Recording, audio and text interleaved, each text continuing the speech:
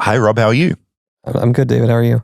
I'm really good. I'm excited. Wait, what are we doing here on a Thursday? This is weird. We're out of our normal our mode. This is a new show. Yes, it's a new once a month show for now. Should we say welcome to the Nest Sessions? Welcome to the Nest Sessions. We debated for a long time about what this would be called. We had a lot of clever names for it, but I think both of us were maybe too insecure with trying to be too clever with it. Completely. So we went with the most neutral. Yeah, it's bird related.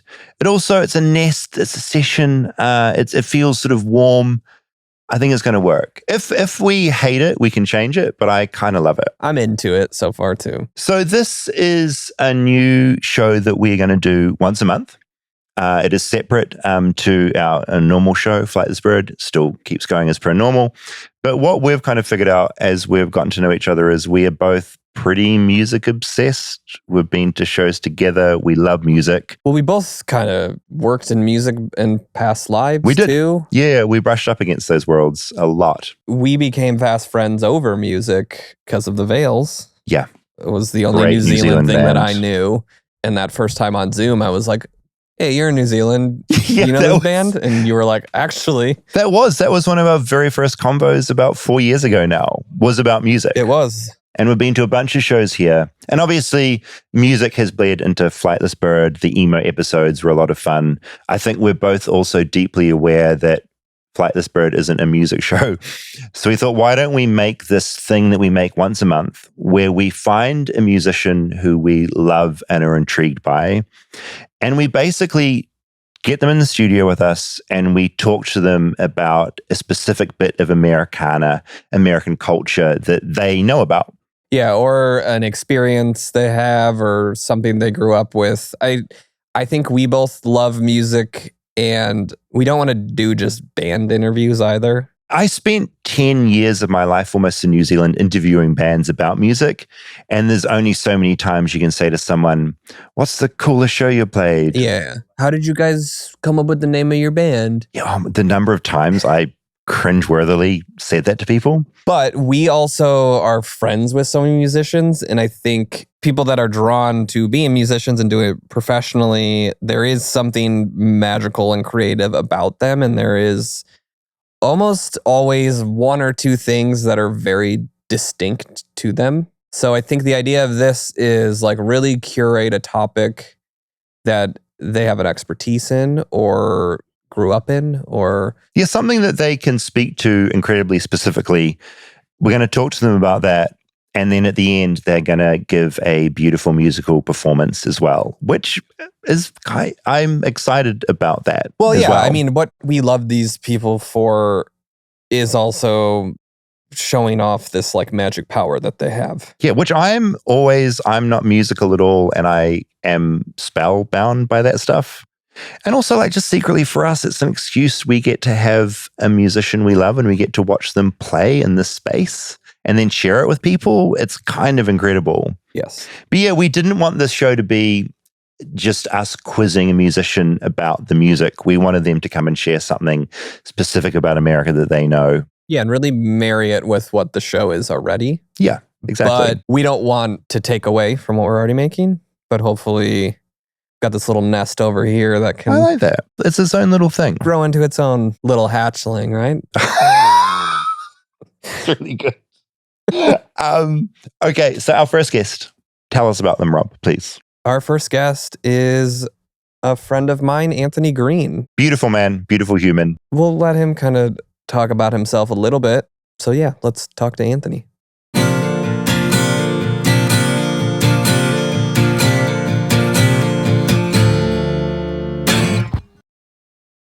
Anthony Green, welcome. How are you? I'm great. Thanks for having me. You have a black plastic bag next to you, which I understand contains one of your potentially sort of favorite American treats. This is like a childhood memory in this trash bag. Okay. Here. I thought this could be a good place to start because this is a show about me trying to learn about American culture. I think Rob is also learning along with me. Yeah, I don't know a lot. What is in the bag?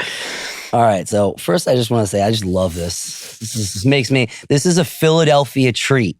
Okay. And it makes sense to me that it comes like this. This is how we do it. Okay. This is authentic. Not fancy. I grew up in the suburbs of Philadelphia, and this was in every lunch that got packed for me. This was like when I went to work. This was in my house. Like all of these. I'm gonna pull this one out first because this is my current favorite. There's multiple things in this bag. There's multiple things in this bag. We're gonna try some food today. Okay, we're gonna have a little food tour of. This is Tastykakes. Okay. This is a little Pennsylvania treat.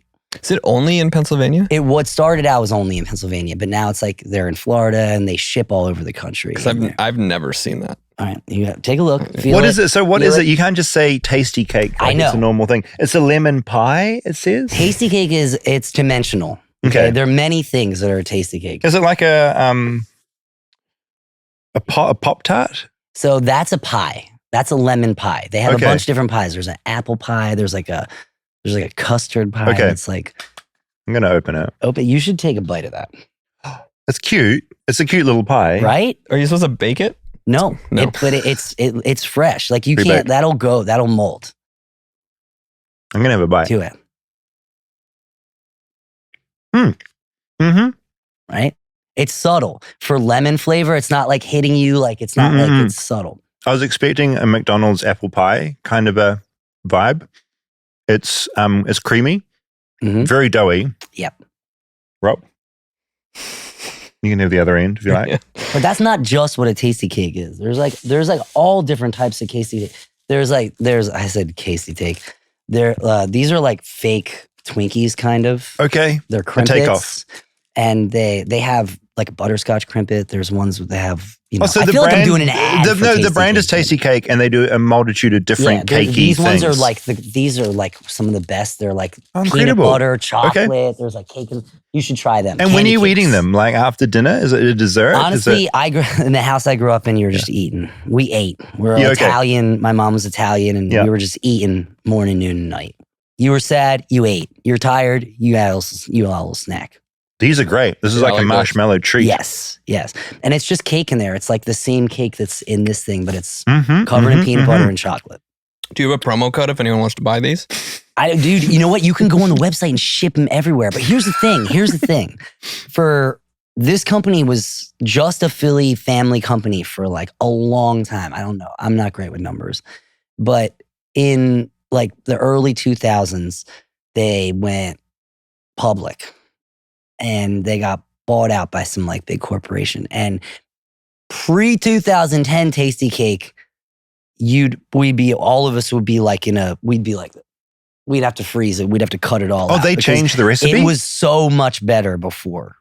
You'd be blissed out right now for 5 minutes. When they change an iconic recipe like that as a cost-cutting thing, it's the worst thing in the world. In New Zealand, we had a drink called Milo, and it's this chocolatey beverage.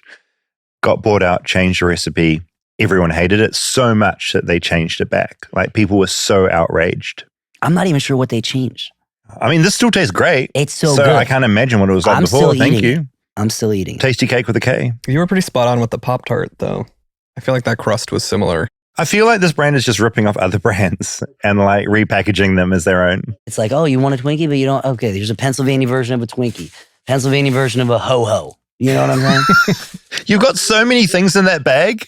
Yeah, how deep is that I wish bag? I had like something crazy in here, like to pull out like a little figure or something.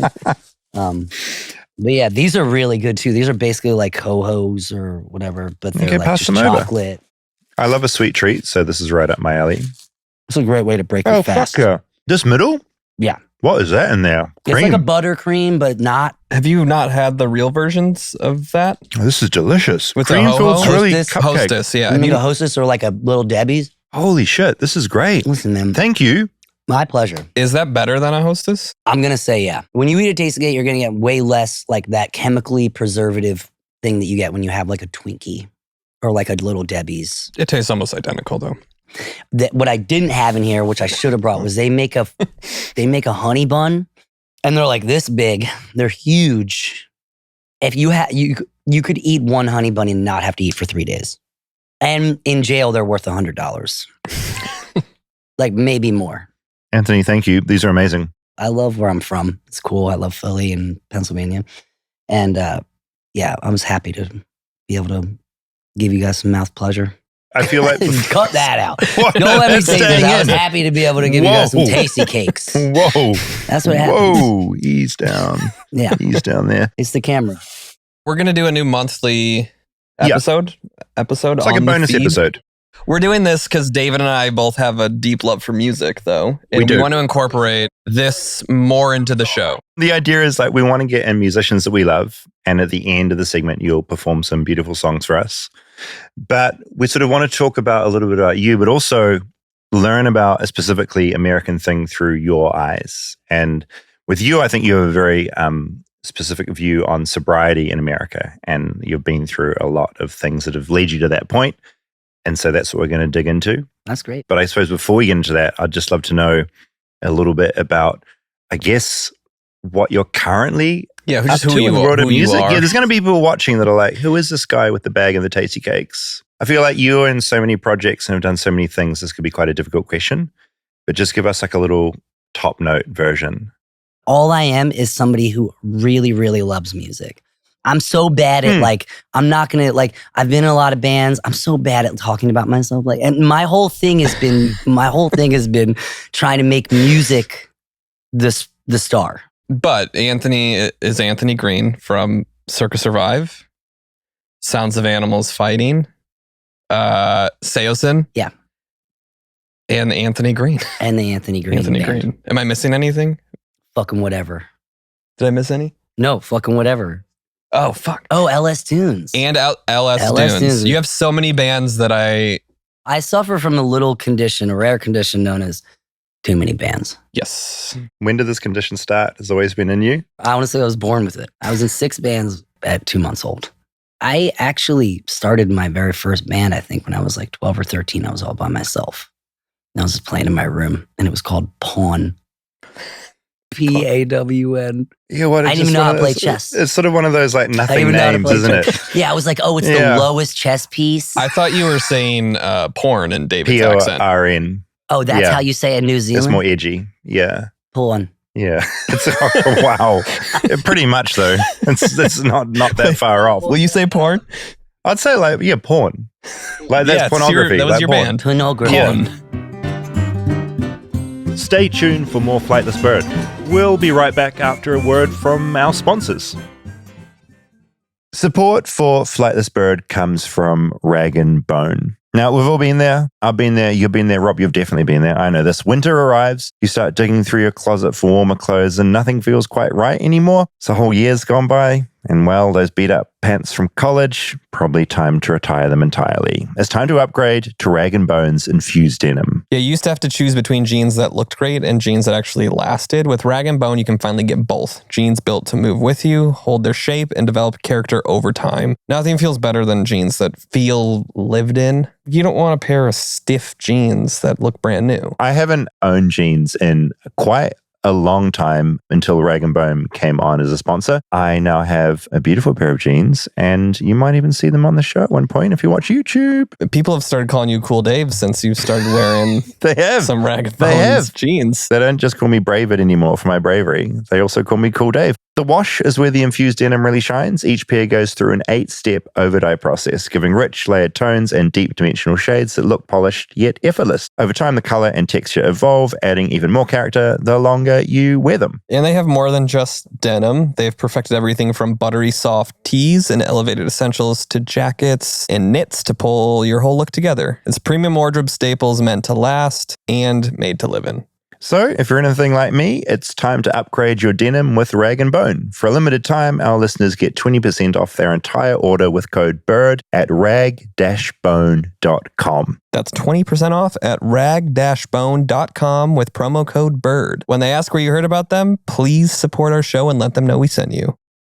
Support for Flightless Bird comes from Factor. Now, fall always feels like a reset between back to school, busy routines, shorter days. I hate the shorter days. And finding time to cook, it can be tough. That's why I love Factor. Their chef-prepared, dietitian-approved meals make it easy to stay on track and enjoy something comforting and delicious, no matter how hectic this season and end of the year gets. Yeah, it's really nice to have these Factor meals, and they have shakes and bars and all these other little things. When the boys wake up in the morning, they like to just feed themselves breakfast, so they often will just grab a Factor item and start eating. Yeah, I find knowing they're just sitting in my fridge ready to go and they're going to be delicious, it takes the stress out of thinking, what the hell am I going to eat for dinner tonight? It's all sorted. And for the first time, they also have Asian-inspired meals with bold flavors influenced by China, Thailand, and even more. There's so much variety with Factor. You can choose from a whole wide selection of weekly meal options, including premium seafood choices as well, like salmon and shrimp and that kind of stuff, at no extra cost. From more choices to better nutrition, that's why 97% of customers say that Factor helped them live a healthier life. Feel the difference no matter your routine. Eat smart at factormeals.com/bird50off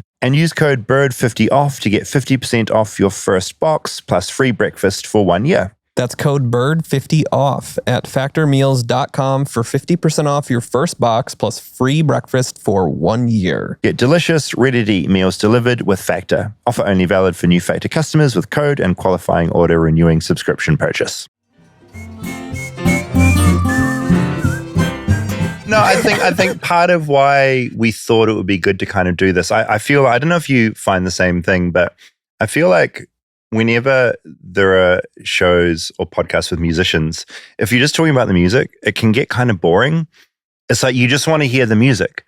Like talking about music, I find kind of insufferable. It's like we just want to hear the music. I get it. And we're going to hear your music at the end. But what I sort of wanted to talk to you about is something that you've come to this place of being completely sober right now, apart from sugar, obviously, that you're handing out to us. Coffee.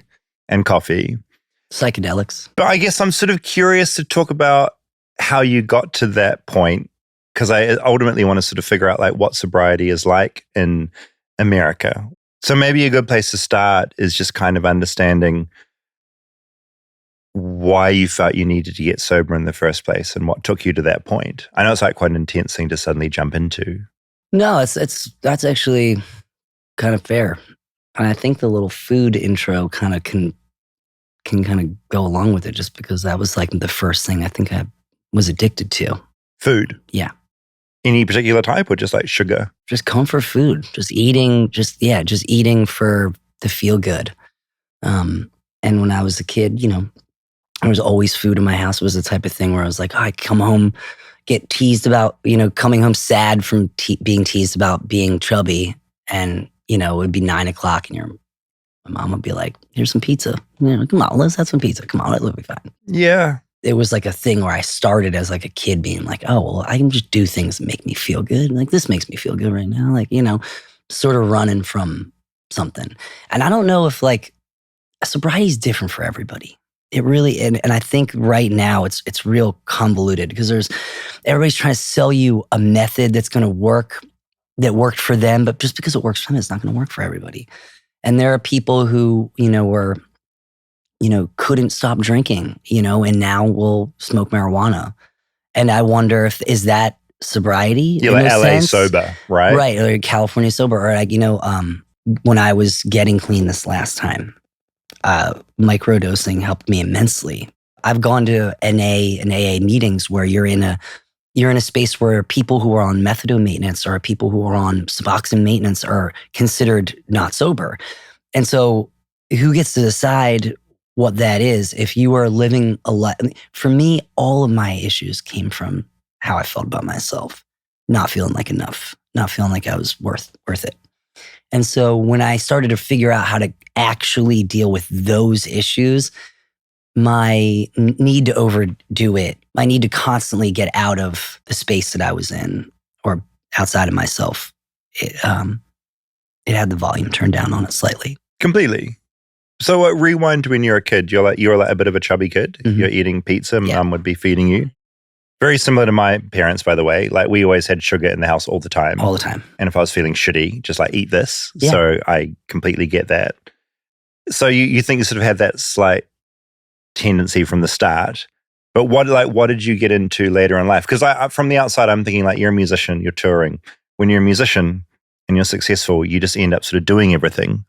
But like, what was the story for you? Like, how did it become a problem? What drugs are in New Zealand? Marijuana is like our big thing. Like, it's not legal, but that's like the main thing New Zealand is kind of known for. And then problematically, we have like methamphetamine's like a big problem there at the moment. We don't really like cocaine isn't really a thing because it's too expensive because we're too far away. So it's like meth is a problem. Weed can be a problem for some people. And alcohol is a huge thing in New Zealand because you go to study at university, like you just go to get drunk and it's accepted and we drink so much. I think those are our things. I think alcohol is a pretty big issue. I think that it's just like because it's socially acceptable. It's like it's in every store. There it is. In Applebee's. Yeah. It's crazy. And for some people, it's just as crippling as cocaine, heroin, meth, and all that stuff. 100%. But society has given it like a big thumbs up, and it's got wonderful packaging and all the rest of it. Yep. What was your thing? I loved heroin. I got to be careful talking about it, honestly. And you can also not talk about any of the shit as well, by the way. I like talking. I just have to be careful. For a long time, I would not. I have to be mindful of my words, especially with heroin, because it took me a long time to disassociate from the romantic relationship that I had with it for a long time and start seeing it as this predatory, toxic thing. And even that, I switched into a mode where I made it this monster that was like out to get me. And I didn't realize, what I was doing. I was kind of making this thing, it really wasn't until I hate to go back, but when I was a kid, it was just you lived in the suburbs and like everybody was just trying things. It was marijuana was around, but like I remember being scared of marijuana as a little kid, not knowing what it was, and then like thinking like, oh, I'll never do something like that, and by like 12 or 13, you're like taking pills from your like friend's mom's cabinet just because you don't even know what it says. It just has a dizzy symbol on it where it's like somebody's dizzy on it and you're like, see what this it will does. Be something that's not boring. We were huffing gas. We were huffing stuff from people's garages. And does that just come from like being a bored kid, like in the suburbs? For sure, 100%. I think there's 100% people that are just like, I'm going to try something. I want to expand my consciousness. I want to see what's up. I do think that there's probably a percentage of people that are dealing with some kind of trauma too. Mm-hmm. When those two things collide, like you're off to the races. Yeah. Was there a moment where you realized you had to get yourself like a specific incident or a series of things where you're like, this isn't interesting or glamorous anymore and I need to try and change things? I wish the story was better, but I made things so not glamorous for so long. I went so long with this is no longer glamorous. This is hurting me. This is hurting everything, and just kept going. I did the same thing over and over again, trying to get clean, and would relapse. And the thing that I will peg a lot of my success on this last time was for the first year of my experience, I got a shot of an opiate blocker called Sublocade once every 4 weeks. And it ostensibly made it so that like if I decided to go out and get high, it just wouldn't work. Huh. That gave me like this calm. I had a full surrender to, all right. And I had clean time before that where I knew life was better without it. You're not in the rut and you're like, this is great. And I'm you're fighting to keep it, but you don't want it. It's hard to describe. It sounds insane. Well, I just have no idea. That's the thing. It's like I feel like an alien looking in on this. I'm sure there's something that you can relate it to. Yeah, I mean, addiction is addiction. It is. I don't drink, and I have 2 Topo Chicos a day as a result of that.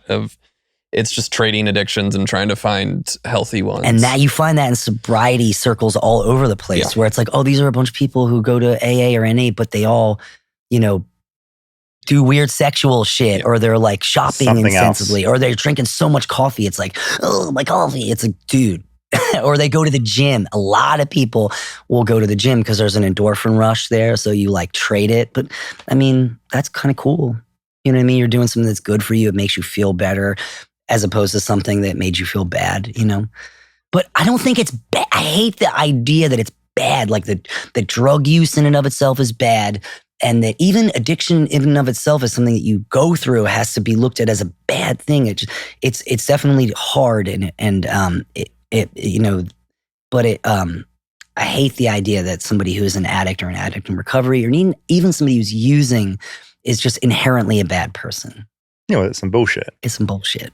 This blocker that you got, was that difficult to get? I was actually really fortunate that there's an organization called Music Cares, and they, in a situation where your insurance isn't covering something or whatever, they help musicians. Amazing. Are you part of AA or any of those groups? Have you have any insight into that, or you're just sort of solo? I did AA and NA for a little while, and I think there's a lot of value to it. Did not work for me. Huh. Any idea why it didn't work? I could sit here and say all these things about the 12-step program that I don't like, but my willingness to not perform their tasks is why it didn't work.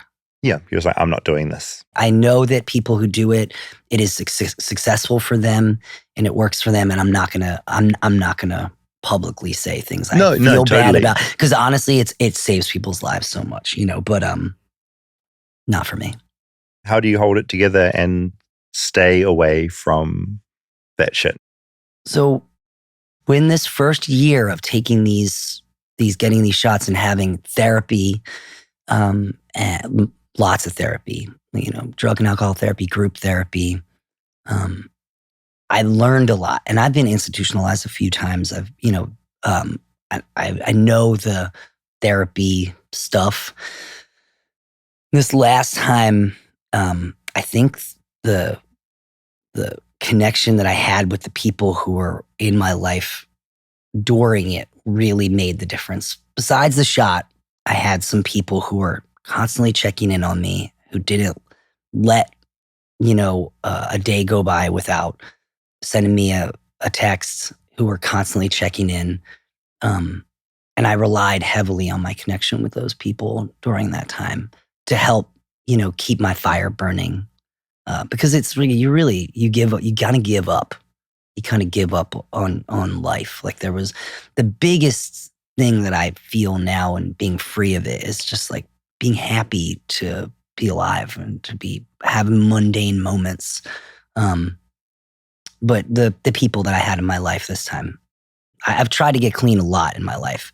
This last time, there were a number of factors that all worked together to, I feel like, put me in a position where now I have longer than I've ever had, free from opiates and hard drugs, and I have like a connection with people who could look at me in 2 seconds and say, hey, and I don't want to mess with that. That's the thing that you get when you lose all, respect for yourself and hope for yourself, and you get the fuck it's for yourself. It's easy to be like, I want to save everybody from my life and I can just cancel. It's kind of a cop-out. And you have people in your life who believe in you and show you, like, hey, you do this for me, we do this for each other. You sort of the connection part of it is the thing that saved me. Yeah, and you want to show up for them. Yeah. And it's weird because people who were like down the street from me, texting me when I'm lying to them. Yeah. When I'm lying to them, when they knew, are you faded? Like, no, I'm good. And showed up and it did it in a way where they knew that I was suffering, and they gave me the compassion and the benefit of the doubt, which I think is what, I needed. And I feel like I see people who are suffering that need that. It must be such a nice relief to be at this point, not to be like lying to people every day. That's so nice. Every day. It's crazy. Yeah. I remember getting gas, watching a guy going to Wawa, which is a place where you get Tastykakes. I don't touch the bag anymore. Yeah. But, and seeing this guy just walking to Wawa and being like, I was sitting in my car on my way to go get heroin. Fentanyl. I say heroin, but it was heroin 20 years ago. Everything I was doing in my last run was all straight fentanyl, which is crazy to say. It's fucking crazy. Yeah. I remember watching this guy and thinking, like, I would do anything to be upset about whatever he's upset about. Like, I would do anything to know what that is like right now, because I couldn't 1 second. I couldn't have 1 second. When shit gets stressful or stuff with my job gets weird or stuff with anything gets weird, it is kind of a helpful reminder to like every day, it's like better than your worst day, you know? It gives you this perspective that you wouldn't have had without it. I'm trying to figure out America, and it's incredibly complicated, and it's like 50 countries in one.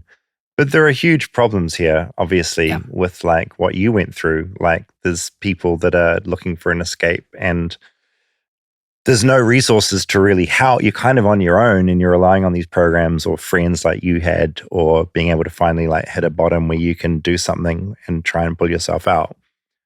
But do you look at this country and kind of go, oh God, it's a problem? Yeah, right? Like America has some fucking problems. Yeah, how do we even begin to reckon with that? Handles it. Culturally, it seems like there's a cognitive dissonance about what addiction really is. Because it seems like there's this socially acceptable stuff, and then there's the stuff that's like bad. But there's this weird line that gets drawn. You know? And if you're doing the bad stuff, you're a bad person that's made terrible decisions, and you deserve all your shit, right? Right. I have a friend that needs fentanyl is making sure she would be in excruciating pain. It's like saving her life. She has to get this patch. She doesn't, you know, and her health insurance situation is pretty fucked because of this current administration, but that's another thing. But my experience with getting, you know, going through all of the addiction stuff I went through was that of somebody who was like, had parents that had insurance and had parents that like, if I needed something, you know, at some point, you know, there was a point where I was out of the house where it was like, you know, but even then you had fallbacks. I had fallbacks. I had so much help. You know, I couldn't speak to what it's like for somebody in America who's like actually going through it without all of the help that I had, you know, because I had help all the time. And I had at every stage of it, there was like, you know, resources there for me that I don't know if is there for everybody else. But you're certainly right to say that things are fucked up. Stay tuned for more Flightless Bird. We'll be right back after a word from our sponsors. Support comes from Calm. David, Yes. where do you know where this ad comes It comes from? from Calm. Calm.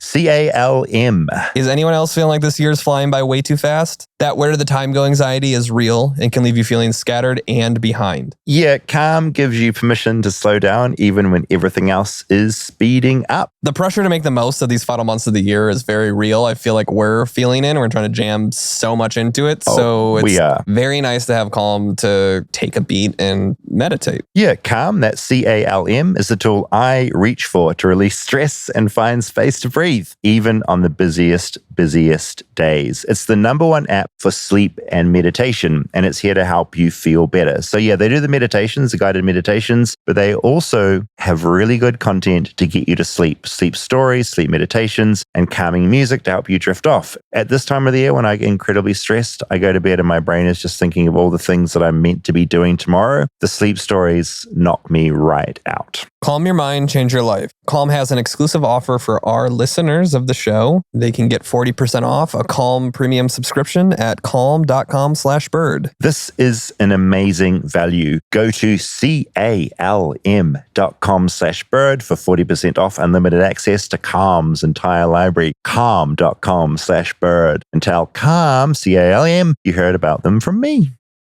Support for Flightless Bird comes from Bombas. Now, at this time of the year, it's sensory overload everywhere. We keep saying this. We're feeling it. You're feeling it. But one feeling we're still chasing? Cozy. And Bombas has socks, slippers, tees, and everything to get you there. Honestly, there's something weirdly therapeutic about fresh socks, and the sock scientists at Bombas have found a way to channel that energy into everything from slippers with sink-in cushioning and to satisfyingly weighty tees. And that feeling doesn't stop after just one wear, it keeps going. They have all sorts of socks. They've got socks if you're running that's really good for your sweaty feet. There's dress socks on there, and there's the socks that I really like that are plain but have these 3 white stripes at the top, and I really, really like wearing them. Well, and it's gifting season, so they've got socks for anyone that you can think of. Oh yeah, if there's a sock style or look that you want, I'm pretty confident Bombas will have it. And we haven't even gotten to the best part about this whole thing. For every pair of Bombas you purchase, Bombas donates one to someone facing homelessness on your behalf. So anytime you get something cozy, someone else does too. Head over to bombas.com/bird and use code BIRD for 20% off your first purchase. That's BOMBAS.com/bird, code BIRD at checkout.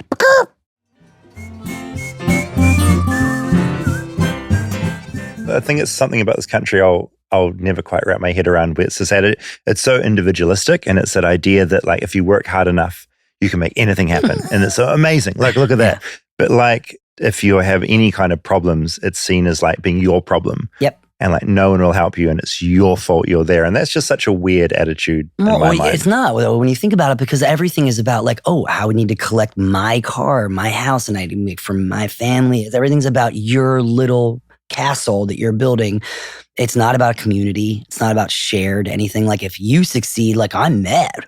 I want to succeed. You know, like there's none of I'm that. missing out. Yeah, and that's how we are from the very beginning. They're getting A's, we're getting B's. There's the head of the class. There's all that stuff, and everybody's competing. Nobody's really Prom king, prom queen, all that shit. Yeah, and that's kind of the nature of it. Is it weird talking about this stuff? I'm thinking like, you know how you said earlier, like you've got to be careful how you talk about this stuff. Like, is it weird? Like when you come in, you knew what you were coming here to talk about, but is it an odd thing is your brain just bouncing in a million directions, or is it fine? So I'm gonna say yes to those things, both of those things, because I have I like crazy ADD, and I'm a 24 karat bipolar. So my brain is in almost all situations. I'm just all the time, and I find moments where I settle, and they're usually in the high stress situations. So in a situation like this, where I'm like, okay, I actually can kind of like find some kind of a calm. And I don't know whether I just learned how to eat stress over the time. I don't know whether it's good. I could be like melting down. I don't really know. So I'm just kind of rolling with it.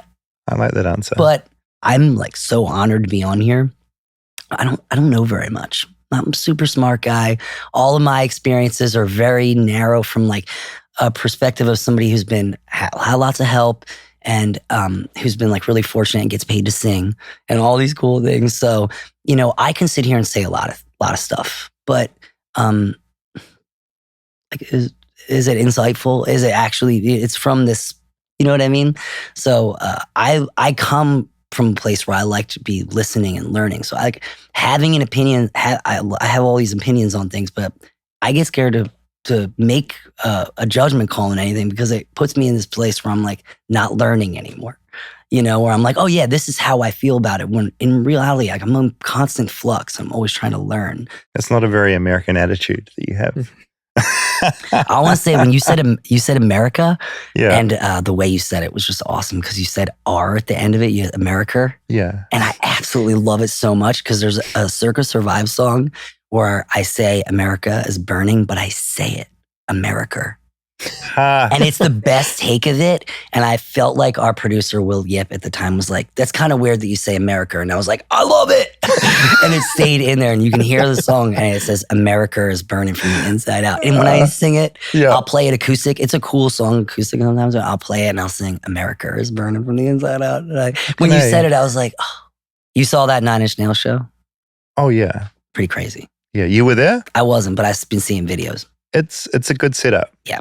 It's a good time for me as a 42-year-old. Growing up, my favorite bands were Oasis and 9 Inch Nails. There it is. And so to have them both peak at the moment, I'm like... And DC Talk. Why do you think that's happening right now? I think everyone hates what's going on now and needs comforts like that. Comfort food. Yeah. It's this shit, right? It's comfort food. 20 years ago when things were much more simple, I don't want to think about what's going on now. Wow. I think you're completely right. That's how I felt at Oasis. I was like, things are okay. Like, it's like, this is so simple, and there's some swagger and bravado, and they're singing about nothing in particular. Wonderwall, like what? Better days. It's why people still watch like the 4th season of The Office just to go to sleep. Yeah. Great British Bake Off. Yeah, comfort. Because the world's so fucking weird. Yeah. That's where the Tastykakes come from. Uh-huh. Where the fentanyl comes from. It's all part of You're going to perform a few songs for us, which I'm very fucking excited for. Mm-hmm.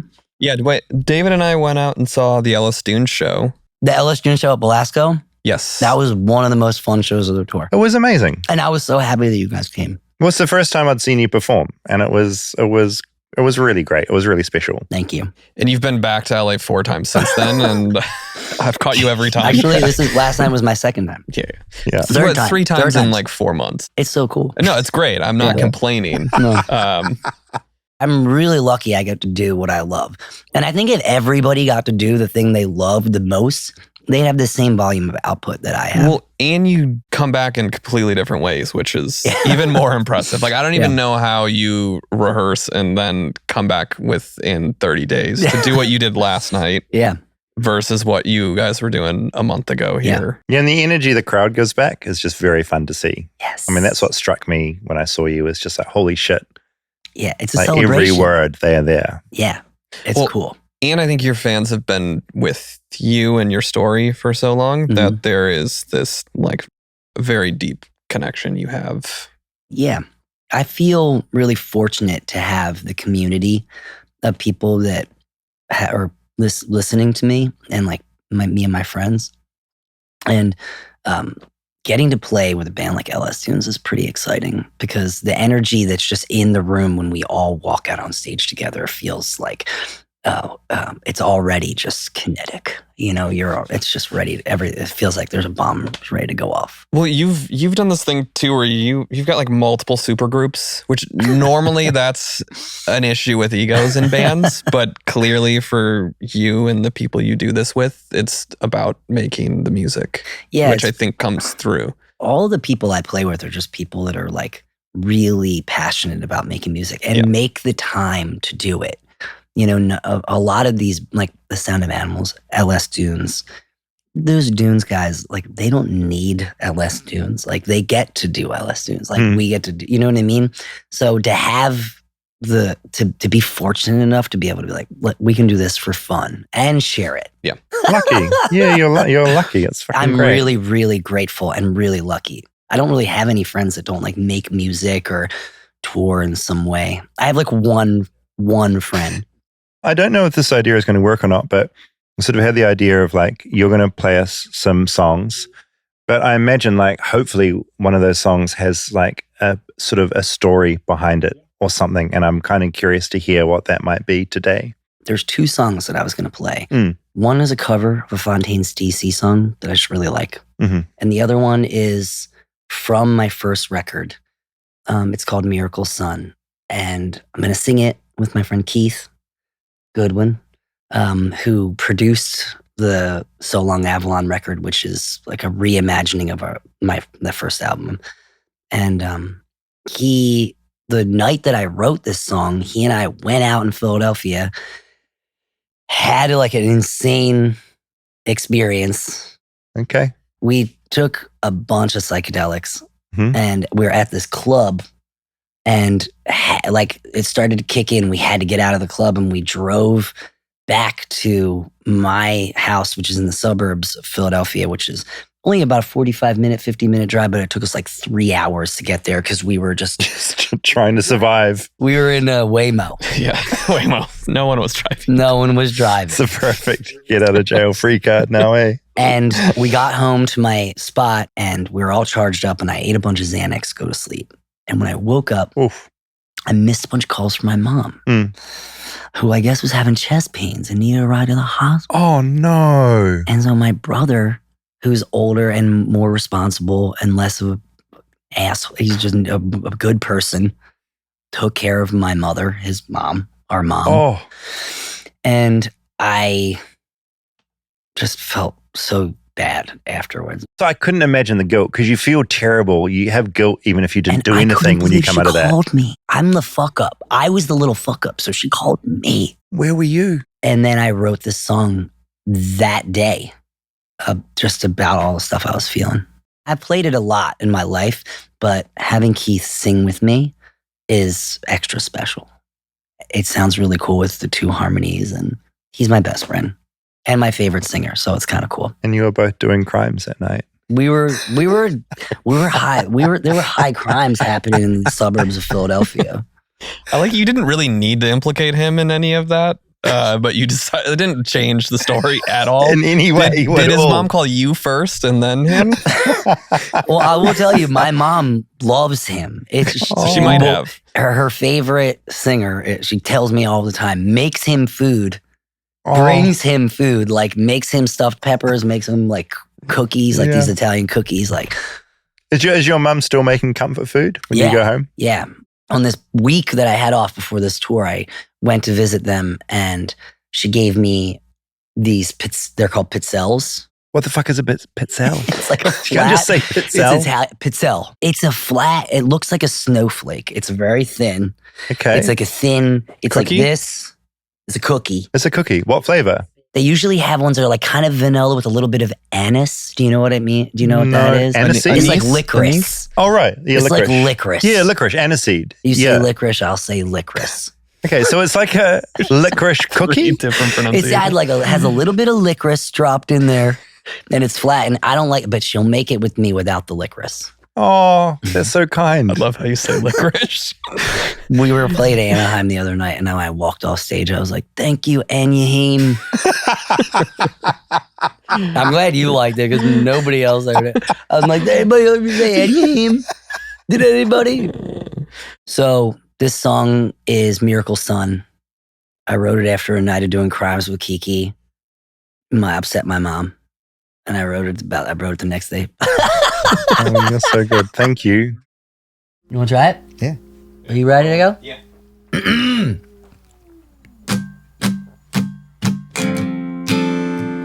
Where do you go when it gets dark? Is there room for me there? How long will it take you to wake up? Before you go, will you wake me? Will you wake me up? Or I'll sleep all day.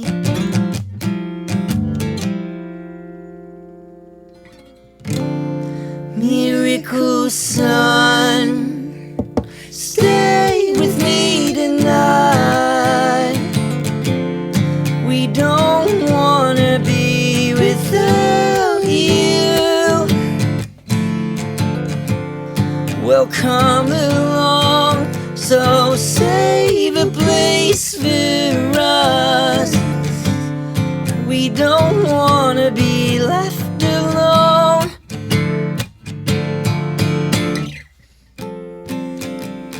Where do you go when it gets dark? And is there room for me there?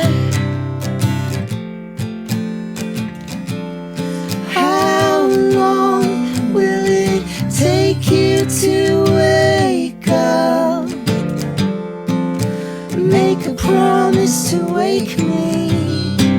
Will you wake me up?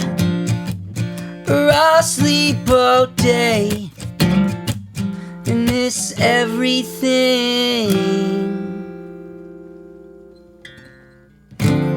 Miracle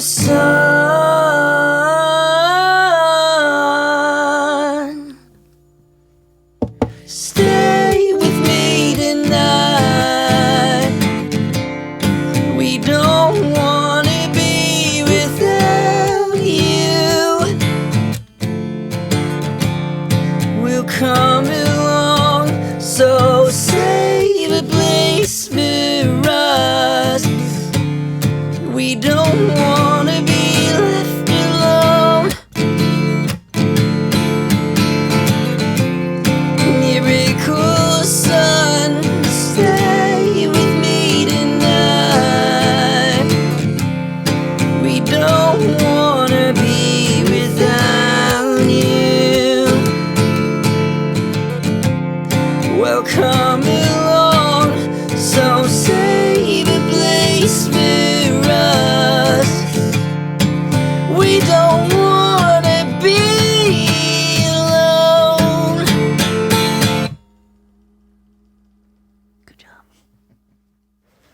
And this next one is a cover of one of my favorite Fontaines D.C. songs, Bug. So this is the one, right? Yeah. That's the type of pressure I need. Change my name to promise you, yeah. Dying inside cause I want to, yeah. Didn't I say I wanted to, yeah. Honey, I changed before you, yeah. 28 years coming to end. The rain chased me down the gully again. Now I'm higher than everyone here, and dirt ain't nothing on me, yeah. She's gone. She's gone. She's gone. She's gone. But baby, I swear I wanted to call, but on my way around I happened to fall. She's an Hemingway, a Carnegie Hall, with a vanity mirror and losing it all. Well, she jacked up swift, abandoning it way. Catch a sweet rain inside a beret. In it I reflected all in the day, and I will fade in the night, yeah. Will you apologize for the remainder of your life? Will you accept the charges? I promise to, yeah. Well, she curls up with her favorite son. He's the ugliest man in heaven for one. As long as nobody's fooling me there, and dirt ain't nothing on me, yeah, yeah. They threw me out like I was a wedding bouquet. Now I can't quite remember what I had to say. Now I'm higher than everyone here, and I will fade in the night, yeah. In the charmless morning, I promise to be gone. I almost felt the feeling. I wanted to, yeah. I thought I was here, but I'm further than the sun. Silent as the feeling. I wanted to, yeah. Well, I changed my name to promise you, yeah. It's easier than making excuses, yeah. Now I'm higher than everyone here. Dirt ain't nothing on me, yeah.